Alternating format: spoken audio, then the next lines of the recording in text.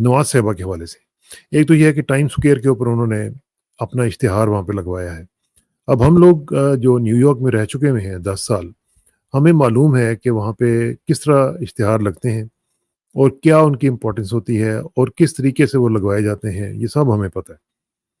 تو اتنے پیسے دے کے اگر آپ نے لگوانا ہی ہے اور آئی ٹی کی آپ بات کر رہے ہیں، تو آئی ٹی کے اوپر تو پاکستان کا مذاق اڑ رہا ہے اس وقت۔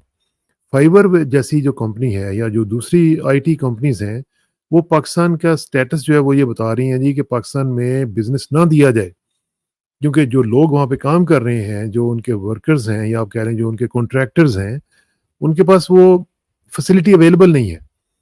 اس کا کیا مطلب ہے؟ مطلب یہ ہے کہ وہ آپ کے ملک کو ڈاؤن گریڈ کر رہے ہیں بزنسز کے لیے، کہ بھئی جو جتنے بھی بزنس مین ہیں وہ پاکستان کو اپنا بزنس نہ دیں۔ کتنی بڑی بات ہے! ایک طرف آپ یہ کر رہے ہیں، دوسری طرف آپ اشتہار لگا رہے ہیں۔ یعنی یہ عجیب سا تضاد ہے، عجیب سی ڈائیکاٹمی ہے، اور میں تو سمجھتا ہوں کہ یہ بڑی ہی کوئی عاقبت ناندیشانہ قسم کی حکمت عملی لگتی ہے مجھے، کہ جس میں آپ کے پاس کچھ بھی نہیں ہے اور آپ ڈینگے مار رہے ہیں کہ جی بڑا زبردست قسم کا کام ہے۔ یہ جتنے بھی آپ اشتہار لگوا لیں گے، آن گراؤنڈ اس کا کوئی فائدہ نہیں ہوگا۔ آپ کو پرسنلی تو شاید کچھ تسلی ہو جائے کہ جی آپ نے بڑا کام کیا ہے، لیکن ایز سچ پاکستان کو اس کا کوئی فائدہ نہیں ہوگا۔ دوسری طرف آپ دیکھ رہے ہیں کہ جو کشمیر کا میپ تھا وہ انہوں نے اپنے اشتہار میں سے نکلوا دیا۔ اب یہ عجیب بات ہے کہ پاکستان کا نام لے کے ساتھ کشمیر کا اگر نام نہیں لیں گے آپ، تو پھر یہ آپ میسج کس کو دے رہے ہیں؟ اور یہ جن کو آپ میسج دے رہے ہیں وہ تو آپ کے ساتھ بات کرنے کے لیے بھی تیار نہیں ہے۔ تو پھر یہ کشمیر کا میپ کے اندر سے اس کو اڑا دینا، یہ کیا میسج دے رہا ہے آپ؟ کہ کبھی ہو سکتا ہے کہ کبھی کوئی پارٹی جو اس وقت حکومت میں ہو وہ اس طرح کا کام کرے؟ اور مجھے تو یہ نہیں سمجھ آ رہی کہ اس طرح کا کام جو ہے وہ اگر ہوا ہے تو اس میں پھر ہماری افواج جو کہ ہمارے جو نیشنل انٹرسٹ کی جو گارڈ کرنے والی فوج ہے، وہ اس کے اوپر کیوں نہیں بولی ابھی تک، اور کیوں نہیں اس کے اوپر ایکشن لیا گیا، اور کیوں اس کے اوپر ان کی کھچائی کیوں نہیں کی گئی؟ یہ چھوٹی بات ہے کوئی؟ یعنی عجیب عجیب قسم کی باتیں ہو رہی ہیں۔ اور پھر جو سب سے بڑی اب طرفہ تماشا دیکھیں، فرماتی ہیں کہ جی میں تو حضرت عمر رضی اللہ تعالیٰ عنہ کے ماڈل کو فالو کرتی ہوں۔ فار گاڈ سیک یار! یعنی میں تو کئی دفعہ حیران ہو جاتا ہوں کہ ان کے اندر ذرا سی بھی ایک ہوتی ہے نا، کوئی تھوڑی سی بھی شرم یا حیا۔ یعنی آپ اپنے آپ کو کمپیئر کر رہی ہیں حضرت عمر رضی اللہ تعالیٰ عنہ کے ساتھ، یعنی جن کی پوری تاریخ میں ہمارے کوئی ایسی مثال نہیں ملتی کہ جو اس طرح کا کوئی حکمران گزرا ہو، جن کی سیلف اکاؤنٹیبلٹی کا جو عالم ہے اس کے اوپر میں مثالیں دینا شروع کروں تو شاید یہ سارا ولاگ جو ہے وہ اسی کے اوپر لگ جائے گا۔ یعنی ایک ایسا شخص کہ جو مطلب لاکھوں میل کے رقبے کے اوپر حکومت کر رہا ہے، اور اس کے پاس اپنے کپڑے پہننے کے لیے صحیح طرح نہیں ہے، اس کی اپنی حالت یہ ہے کہ اس کو کھانے کا بھی مشکل سے اپنا وہ کھانا کھاتا ہے، اور اس کو یہ احساس رہتا ہے کہ کہیں میں اپنے دیے ہوئے سے زیادہ تو نہیں کھا رہا ہوں، جو میرا حق تھا اس سے زیادہ تو نہیں کھا رہا ہوں۔ اور پھر کیا ان کا مقام تھا کہ جو خود احتسابی کی مثالیں ساتھ ساتھ، اور پھر آپ دیکھیں جو عوام کی خدمت کی جو مثالیں ہیں وہ دیکھیں آپ۔ فار گاڈ سیک کچھ تھوڑا سا خیال کر لیں، آپ نے جان دینی ہے، اور یہ چیزیں جو ہے نا یہ آپ کے آگے آئیں گی خدا نہ خواستہ۔ میں ڈر جاتا ہوں جب ہم یعنی اس طرح کی چیزیں ہم اگر مثال بھی دیں نا تو ہمیں سوچ لینا چاہیے کہ ہم کر کیا رہے ہیں اور کس کی مثالیں دے رہے ہیں۔ حضرت عمر رضی اللہ تعالیٰ عنہ، اور کہاں آپ! استغفر اللہ ربی من کل ذنب و اتوب الیہ۔ مجھے تو یقین کریں میرے رونگٹے کھڑے ہو گئے جب میں نے یہ دیکھا کہ بھئی آپ کیا کر کیا رہی ہیں۔ اچھا جی، اب ذرا تھوڑا سا آ جاتے ہیں اس سٹوری کی طرف جو کہ اس وقت سب سے بڑی سٹوری ہے، اور وہ ہے جنرل فیض حمید صاحب کی۔ ایک تو یہ ہے کہ جنرل فیض حمید کو جب اریسٹ کیا گیا ہے تو ان کو یونیفارم میں اریسٹ کیا گیا ہے، اور یہ بات جو ہے یہ عائشہ صدیقہ صاحبہ نے اپنے آرٹیکل میں لکھی ہے، جو کہ دا پرنٹ میں جو انڈین آرگنائزیشن ہے اس میں چھپا ہے۔ اور یونیفارم میں کیوں ان کو اریسٹ کیا گیا ہے؟ کیونکہ یونیفارم میں اریسٹ کرنے کا مطلب یہ ہے کہ اب ان کے اوپر کورٹ مارشل ہوگا۔ جو کورٹ مارشل ہوگا تو پھر اس کے بعد پھر ان کو اگر وہ پروو ہو جاتا ہے کہ جی وہ گلٹی ہیں تو پھر ان کو ڈرم آؤٹ کیا جائے، یعنی وہ ایک ہیومیلیشن کی انتہا آپ کہہ لیں کہ ان کو فوج میں سے ان کی جو فیتے ہیں، ان کی یہ جو اسٹرپس وغیرہ ہوتی ہیں ان کو اتارا جائے گا، زبردستی کھینچا جائے گا، اور پھر ان کو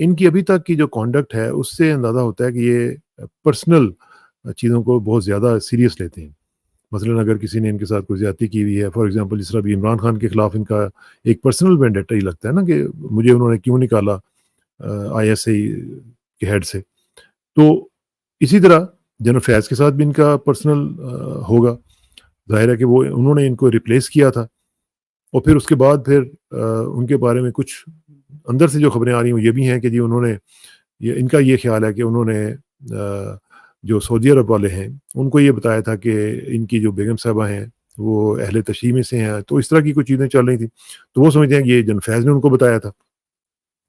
اور پھر اسی طرح جو لنڈن پلان کے بارے میں جو خبریں باہر نکلی تھیں اور عمران خان نے کہا تھا کہ لنڈن پلان ہے، تو ان کا یہ خیال ہے کہ وہ بھی عمران خان کو جنرل فیض نے بتائی تھی چیزیں.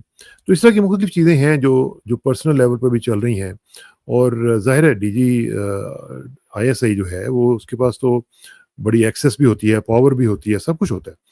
لیکن یہ ایک تو یہ ہے کہ کرپشن، مجھے اس میں بہت کوئی بڑا کیس نہیں لگ رہا کہ کرپشن کی وجہ سے کیا گیا. مجھے لگتا ہے کہ یہ اس میں پرسنل چیزیں موجود ہیں. دوسرا یہ بھی ہے کہ فوج کے اندر، جس طرح بھی میں نے آپ کو ایک ٹویٹ کا ذکر کیا، فوج کے اندر بھی ہو سکتا ہے کہ اس وقت معاملات جو ہیں وہ کوئی اتنے زیادہ اچھے نہ ہوں. کیونکہ دیکھیں نا، ایک چیز ہے نا، ہمارے فیملی کے ہی لوگ ہیں سارے فوج میں بھی، تو ایک دوسرے کو جانتے بھی ہیں، ایک دوسرے کے ساتھ وہ سارا ریئیکشن بھی دیکھ رہے ہیں کہ کیا ہو رہا ہے پاکستان میں. ابھی جس طرح یہ آج 14 اگست کے رات کے وقت سب کچھ ہوا ہے، اب یہ سب لوگ دیکھ رہے ہیں نا، تو یہ ایک ڈسکنٹینٹمنٹ جو ہے اس کی ایک لہر جو ہے وہ ساری ہر طرف چلی جاتی ہے. پھر آپ دیکھیں کہ جو اس میں جو ٹائمنگ کے معاملات ہیں، میں سمجھتا ہوں کہ ٹائمنگ جو ہے بڑی ہی امپورٹنٹ ہے. اس کی وجہ کیا ہے؟ اس کی وجہ یہ ہے کہ اب انٹرنیشنل ڈائنامکس کو اب آپ کو دیکھنا پڑے گا.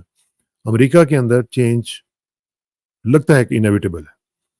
اب اس سے پہلے انہوں نے اپنی جو ہے وہ پوسٹنگ کرنی ہے، اور اس کے لیے جو نئی ایڈمنسٹریشن آئے گی ان کے لوگوں کے ساتھ انہوں نے اپنے معاملات کو ٹھیک کرنے کی کوشش کرنی ہے، اور وہ کر رہے ہیں. اس میں مختلف لوگوں کو انہوں نے ڈالا ہوا ہے امریکہ کے اندر کہ جی آپ جا کے ان سے بات چیت کریں، ان سے ملیں.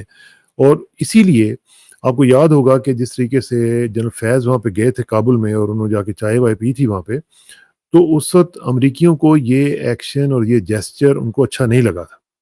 کہ ایک طرف تو وہ ان کو بڑی ہیومیلیٹنگ قسم کی ڈیفیٹ ادھر سے ہو رہی تھی، ان کو نکلنا پڑ رہا تھا اور زبردستی نکلنا پڑ رہا تھا، اور جیسے آپ کو پتہ ہی کیسے بھاگ کے نکلے تھے وہ. تو اس سٹیج کے اوپر ڈی جی آئی کا وہاں پہ جانا، اور اس طرح جا کے پبلکلی جا کے چائے وائے پینا اور کہنا کہ جی ایک قسم کا جیسر تھا نا کہ جی ہم نے کر لیا جو کچھ کرنا تھا. تو امیرکنس ڈنٹ لائک اٹ. تو اس چیز کو بھی جو ہے وہ کیش ان کروایا جا سکتا ہے کہ جی دیکھیں یہ بندہ جو تھا، یا اس کا جو باس تھا جو عمران خان تھا، وہ جو آپ کے خلاف تھے، اور وہ انہوں نے آپ کو ہیومیلیٹنگ ڈیفیٹ جو تھی وہ کروائی تھی. تو یہ سی آئی اے کو یا دوسرے جو ادارے ہیں ان کو یہ بتانے کی کوشش کی جی یہ اس لیے ہم یہ کر رہے ہیں، اور اس کے ذریعے پھر ان کو وہ کرنے کی کوشش کی جائے امریکیوں کو کہ جی نئی اگر ایڈمنسٹریشن آتی بھی ہے تو پھر یہ پالیسیز ان کی جو ہیں وہ جاری رہ سکیں، اور یہ اسی طرح جو ایک پپٹ گورنمنٹ جو ہے وہ انہوں نے ادھر کریٹ کی ہوئی ہے وہ بھی چلتی رہ سکے. تو یہ ایک میری نظر میں ایک انٹرنیشنل ڈائنامکس اس کی جو ہے وہ بڑی امپورٹنٹ ہو سکتی ہے. ورنہ مطلب مجھے سمجھ نہیں آتی کہ یہ جو اس وقت کرنے کی کیا ضرورت ہے، کیونکہ یہ جو ٹاپ سٹی والا کیس ہے یہ تو کب سے ہے. اس سے پہلے جو معاملات تھے ڈی ایچ اے پشاور والے وہ کب سے ہیں. پھر جو انہوں نے اگر کچھ اس طرح کی سیاسی معاملات میں دخل اندازی کی ہے تو وہ تو سبھی کرتے ہیں، یہ خود نہیں کر رہے اس وقت. تو اس سے یہ لگتا ہے کہ یہ چیزیں جو ہیں یہ سرفیس پہ کچھ اور ہیں، اور جو باقی چیزیں ہیں وہ بیہائنڈ دا کرٹن وہ کچھ اور چل رہی ہیں. تو میری نظر میں یہ بھی ہو سکتا ہے کہ یہ ایک ایکسٹینشن کا بھی ایک پلوائے ہو سکتا ہے کہ آرمی چیف صاحب یہ بھی سوچ رہے ہوں کہ اسی طرح ایک تو فوج کے اندر بھی ایک میسج جائے کہ آپ جو فوج کے رینک اینڈ فائل ہے وہ بھی اس چیز کو اس کو سمجھ سکیں کہ اگر میں ایکسٹینشن لیتا ہوں تو وہ اس کو ایکسیپٹ بھی کر لیں، اور اس کے اوپر کوئی اس طرح کا کوئی اعتراض بھی نہ آئے. تو ایکسٹینشن جو ہے وہ بھی ایک پلائے ہو سکتی ہے. پھر امریکہ کا بھی ایک رول جو ہے وہ بھی ہو سکتا ہے. اور یہ جو اشارہ جو اس کا مجھے لگتا ہے دوسرا جو ایک کیونکہ یہ ملٹی فیسٹڈ لگتی ہے مجھے اسٹریٹجی. ایک تو اور عمران خان کی طرف بھی اشارہ ہو سکتا ہے کہ بھئی اگر آپ نے ہماری بات نہ مانی تو یہ آپ کے ہم فلینکس میں پہنچ گئے ہیں, آپ کے ارد گرد کے لوگوں کو ہم نے پکڑنا شروع کر دیا ہے, تو اگر آپ نہیں بات مانیں گے تو پھر آپ کو بھی دیکھ لیں گے. اور اس کا دیکھنے کا طریقہ یہ ہے کہ اب جنرل فیض کے ساتھ عمران خان کا بھی ملٹری ٹرائل جو ہے وہ بھی may be that is in the offing as well, ہو سکتا ہے وہ بھی شروع ہو جائے. تو اگر وہ ہوتا ہے تو وہ بھی معاملات جو ہیں وہ بھی سیریس ہو سکتے ہیں. ایک اور جو اشارہ ہے وہ جوڈیشری کی طرف بھی ہو سکتا ہے کہ جو ہماری جوڈیشری ہے جو کہ ابھی تھوڑا سا ذرا اپنے انڈیپینڈنس شو کر رہی ہے مختلف سطحوں پہ, سوائے محترم قاضی فائز عیسیٰ صاحب جنہوں نے تو طے کیا ہوا ہے کہ وہ ہر سطح پر اپنے آپ کو ایک ایسی لیگیسی چھوڑ کے جائیں گے جو کہ شاید دنیا میں شاید ہی کسی کی ہوگی, اور لوگ ان کو کیسے یاد کریں گے یہ آپ کو وقت بتائے گا. لیکن جو باقی جو کچھ ججز ہیں جس طرح وہ اٹھ کھڑے ہو رہے ہیں, جس طرح کہ وہ سٹیٹمنٹس دے رہے ہیں, اسلام آباد ہائی کورٹ میں ہم دیکھ رہے ہیں کہ مختلف چیزیں جو ہیں وہ چل رہی ہیں, سپریم کورٹ کے اندر ہم دیکھ رہے ہیں, تو شاید یہ ان کو بھی ایک میسیج دینا ہے کہ اگر آپ اپنے آپ کو ٹھیک نہیں کریں گے تو پھر اس طرح کے معاملات جو ہیں سختی کے وہ آپ کے ساتھ بھی ہو سکتے ہیں. تو یہ مختلف چیزیں چل رہی ہیں, اس پہ آپ بھی اپنا تجزیہ مجھے دیجیے گا کہ آپ کا کیا خیال ہے, اور کامنٹ ضرور کیا کریں, ہمیں بتایا کریں کہ آپ کی کیا اوپینین ہے اور اس حوالے سے آپ کی جو رائے ہے وہ کیا ہے. اور کامنٹس جو ہیں وہ بہت زیادہ ایک اس لیے امپورٹنٹ ہوتے ہیں, وہ ایک ڈیبیٹ جنریٹ کرتے ہیں, اور جو آپ کامنٹ کرتے ہیں پھر کئی لوگ اور بھی پڑھتے ہیں اس کو, تو پھر ایک ڈیبیٹ جنریٹ ہوتی ہے, اس سے پھر ہمارے لیے بھی فائدہ ہو جاتا ہے کہ آپ کی اوپینین جو ہیں وہ ہمیں ملتی ہیں, تو ہمارا جو انالیسس ہے اس کو بھی ہم بہتر کر سکتے ہیں, امپروو کر سکتے ہیں. تو اس لیے اللہ کرے کہ ہمارا جو جشن آزادی ہے وہ اچھے طریقے سے گزر جائے. اور میری پھر ایک دفعہ گزارش ہوگی حکومت سے, تو خیر حکومت کے تو بس میں ہے کچھ نہیں, لیکن محترم آرمی چیف صاحب سے کہ قرآن پاک کی وہ جو آیت ہے لا تثریب علیکم اليوم, اس کے اوپر ذرا غور و فکر کریں اور لوگوں کو سانس لینے دیں. دیکھیں نا وہ جو امریکہ میں اس نے کہا تھا نا کہ آئی کینٹ بریتھ, تو یہ والا معاملہ یہاں پہ پاکستان میں نہ کریں. یہ بنگلہ دیش والا ماڈل جو ہے یہ بہت زیادہ احتیاط سے ہمیں اس وقت پاکستان کا ٹائم گزارنے کی ضرورت ہے, کیونکہ معاملات اگر خدا نہ خواستہ اس طرف چلے گئے تو پھر پاکستان کے لیے خود بھی اور پاکستان کے لیے خطے میں بھی معاملات جو ہیں وہ خطرناک ہو سکتے ہیں. تو اللہ کرے کہ جہاں تک نوبت نہ پہنچے اور ہم آرام سے حالت تکرار میں معاملات کو ٹھیک کرنے کی کوشش کر لیں اور اچھے طریقے سے کر لیں. اللہ کرے کہ ایسا ہو سکے. آپ کو ایک بار پھر جشن آزادی مبارک. میں اپنے تمام جو پاکستانیز ہیں جو گلوبلی ہمیں دیکھتے ہیں تمام ممالک میں ان کو بھی ہیپی انڈیپینڈنس ڈے. اور آخر میں دعا کہ میری عزت کے لیے کافی ہے کہ میں تیرا ہی بندہ ہوں, میرے فخر کے لیے کافی ہے کہ تو ہی میرا پروردگار ہے. تو بالکل اسی طرح جس طرح میں چاہتا ہوں مجھے بھی اسی طرح بنا دی جس طرح تو چاہتا ہے. سپردم بتو میں خیش رہو تو دانی حساب کم و بیش رہو. مجھے اسراکسانہ کو کل تک کے لیے اجازت دیجیے, کل ملاقات ہوگی انشاءاللہ. اللہ حافظ.